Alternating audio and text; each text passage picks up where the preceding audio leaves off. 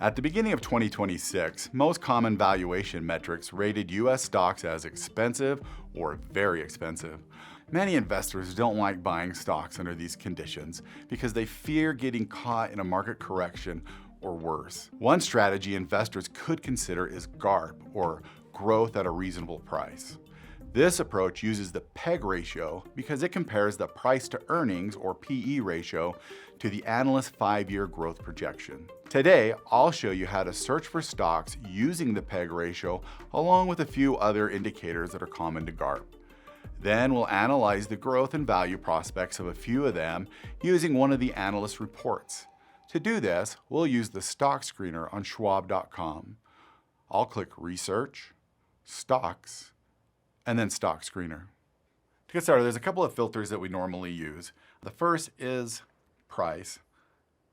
And the reason why is because we want to avoid any penny stocks. And generally, penny stock is considered anything under $4. So I'm going to change this to greater than or equal to $4. Next is we want to ensure that we have good liquidity. Good liquidity allows us to get better order fills, particularly if we like to use limit orders and things like that. So the average volume over 10 days, we want to be at least 1 million shares traded. Okay, so now that we have those out of the way, the first thing we want to focus on, of course, is our PEG ratio that we'll find under valuation. So you'll remember that the PEG ratio is the price to earnings ratio compared to the 5-year growth projections. Generally speaking, a PEG ratio of under 1 is considered to be a good value for a GARP stock. So that's what we're going to look for. PEG ratios under 1. Okay, so now we want to make sure that we have management that can help us get that 5-year growth rate. And one way we can do that is looking at this financial strength section, and we're going to select the return on equity. So return on equity is a ratio that's used to measure management effectiveness. And so generally speaking, on average, the S&P 500 return on equity is going to be between 15 and 18%. We're going to look for anything that's 18% or higher. I'm going to click on Enter Specific Values, and I'm going to hit greater than or equal to 18. So you can see with that, we've now taken this 6,007 candidates down to about 30.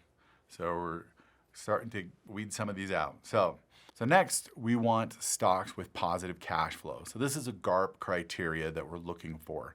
We don't want to be dealing with stocks that have negative cash flow because these tend to be more speculative stocks. It's a pretty simple one. We're just going to look for greater than or equal to 1.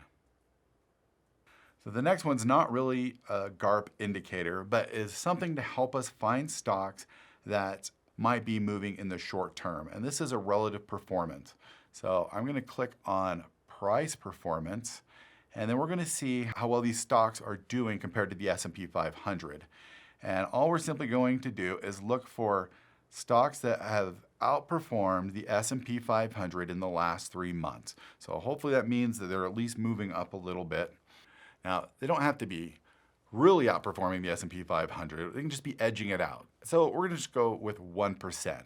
1% is actually a pretty good return over just 3 months. Okay, so now we're down to our 16 matches. I'm going ahead and run this. Okay, so here we have 16 stocks to choose from. Now these stocks are actually from different sectors and industry groups, and so it's not always fair to compare them side by side. So I'm going to do one thing here to just help us search through these. I'm going to Basic, and then I'm going to click on Sector and Industry, and then hit Select All, and then hit Apply. So this adds the sectors on here so we can see them side by side. Now if I click on Sector, it will sort the results by that sector. All right, so now we can see communication services. We can see that America Mobile, Charter Communications, and AT&T are all in the communication services. We have a APA, which is in energy. We have a couple of financials. We have some industrials. So one of the benefits of looking at stocks here is we can compare them side by side. Let's start with these financials. So I'm going to click all of those that are in the financials sector. And then we're going to scroll down to the bottom, and then I'm going to click this pair up to 5. Okay, so here we can see all these side by side. And what you're going to be able to see is their fundamental scores as we go through, like the PEG ratio, right? That's the valuation thing. So we're going to see that here in just a minute. It starts with a price performance chart. You can see the MRX has been the top performer here. And then as we scroll down, there's lots of great fundamental information here that you can look through. That should be a part of your due diligence. But the thing we're going to focus on most is valuation. So valuation section here shows us our earnings per share, and then we can also see the price to earnings.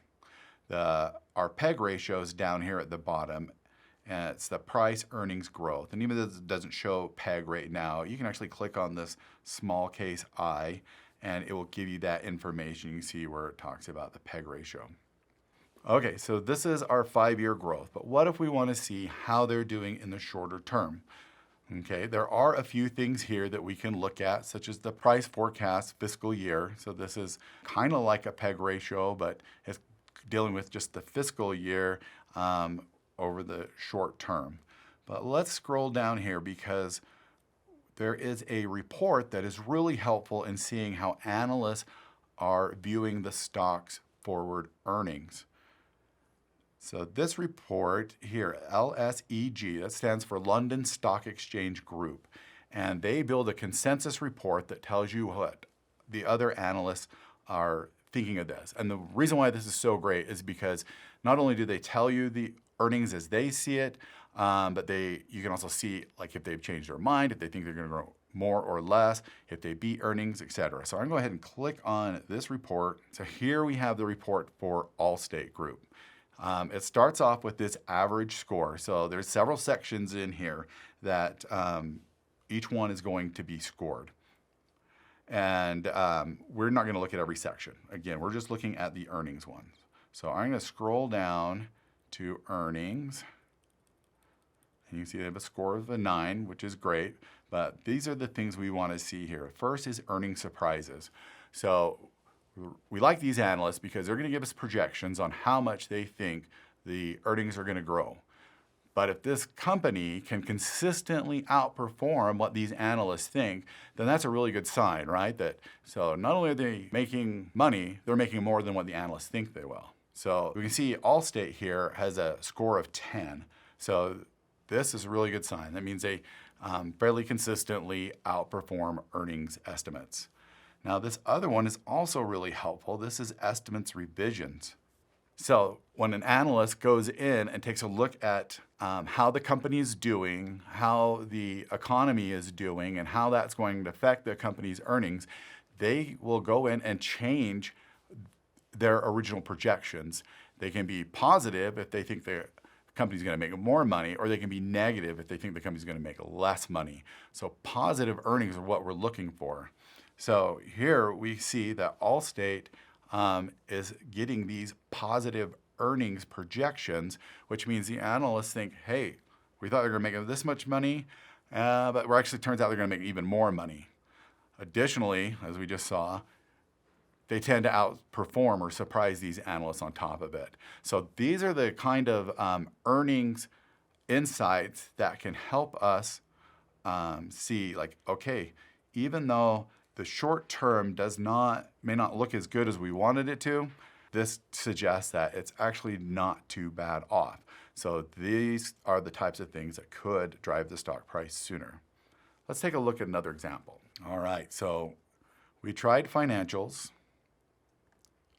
I'm going to deselect them, and let's try industrials. We'll look at symbols DAL, FTAI, and GEV. I will click on compare up to 5 again, and let's scroll down to our reports. So again, we can see here these different reports. Now, all of these are listed as a buy for them, but we can take a look at which ones we want to see. Let's do delta.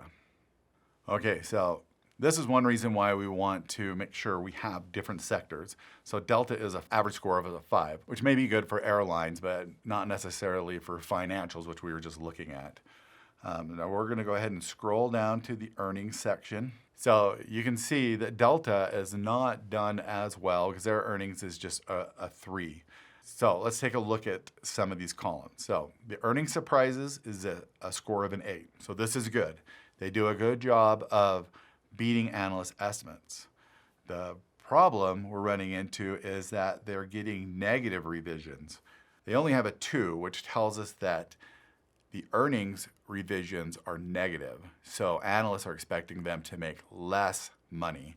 And under today's market conditions, it's because oil prices are so high, which makes jet fuel higher.